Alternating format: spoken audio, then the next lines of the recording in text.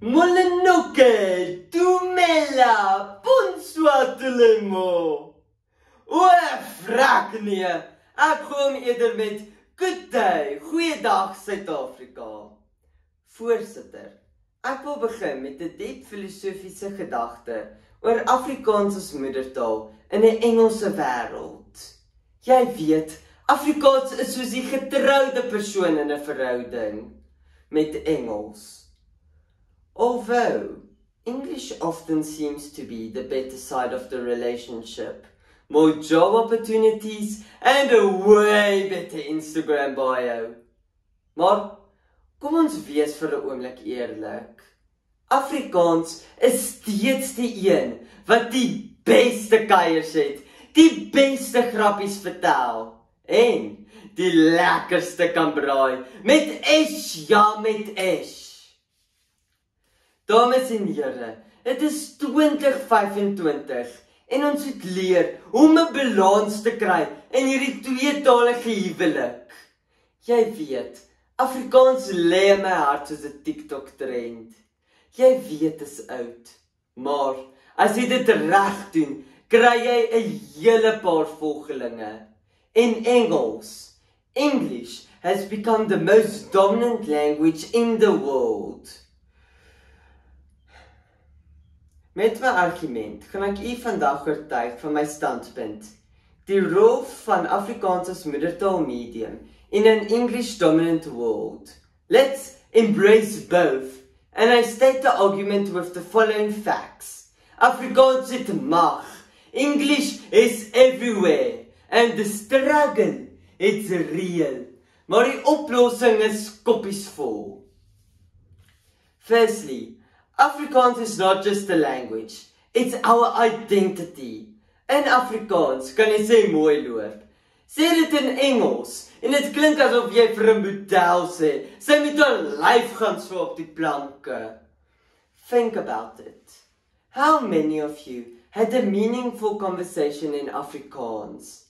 Daardie gesprekke het heel moontlik nie in Engels gebeur nie.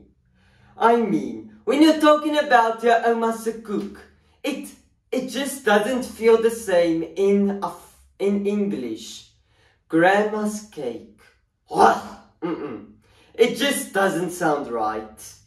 Professor Russell Botma, voormalige rektor van die Universiteit van Stellenbosch, skryf in 'n artikel in die Burger van 12 Maart 2023.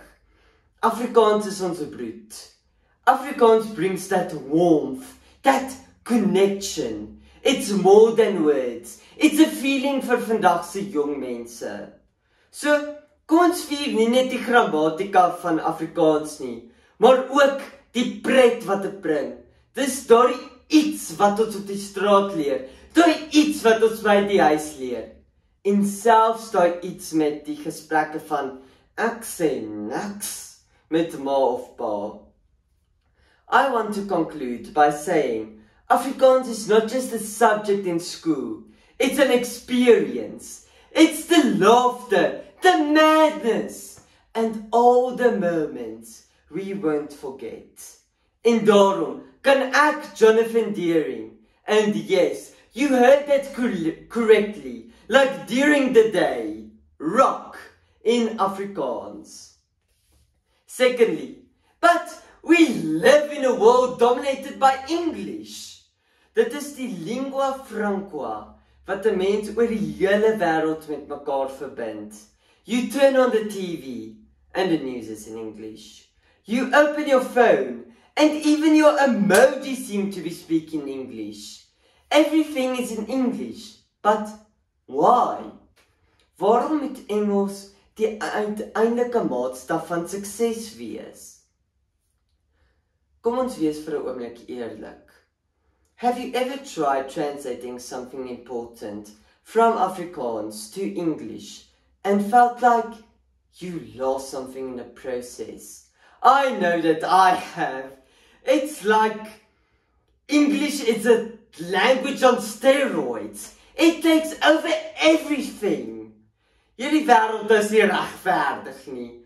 Daar is 'n hele spul mense wat die voordeel het om Engels as moedertaal te praat En dan is daar mense soos ons wat 'n ekstra poging moet aanwend om te oorleef. In 'n wêreld wat oorheers word deur hierdie internasionale taal. Maar weet julle wat? Dis ook wat ons sterker maak. Ons het die vaardigheid om in 2 tale te kan dink. Op die webtuiste van Solidariteit 12 Junie 2023 skryf die bekende Marula Media joernalis David Brandt, ten spyte van die dominante posisie van Engels, toon hierdie statistiek dat Afrikaans steeds 'n beduidende rol speel in Suid-Afrika se taallandskap. Lastly, the struggle. Ek weet, jy's dalk besig om hier te sit en te wonder, maar waarom moet ons al hierdie dinge hoor? I'll tell you why. The sad truth is, our schools, media, and the workspaces makes us feel like that if we don't speak English, we're somehow left behind. Maar weet julle wat? Dis nie die waarheid nie. So, what do? Do we just let Afrikaans fade into oblivion? O nee! Here's where we need to take action. Kom ons hou aan. The solution is simple. In the book, Are Some Languages Better Than Others? By Robert Dixon, published December 2021, he wrote that we need to make sure that Afrikaans thrives in our schools, communities, and workspaces. And I agree, but I'm not saying that you need to give up English and become an Afrikaans-speaking robot, but why not rock both languages like a pro? Ladies and gentlemen, die rol van Afrikaans as moedertaalmedium in an English-dominant world is a fact, but we need to embrace both. We know Afrikaans het mag, we know English is everywhere, and we know the struggle is real, maar die oplossing is koppiesvol. So remember, Afrikaans is not just a language, it's your language, it's your heritage, dit is ons toekoms. So, kom ons omhels beide Afrikaans en Engels. Daar is plek vir albei. It's not about English or nothing, it's about both and everything.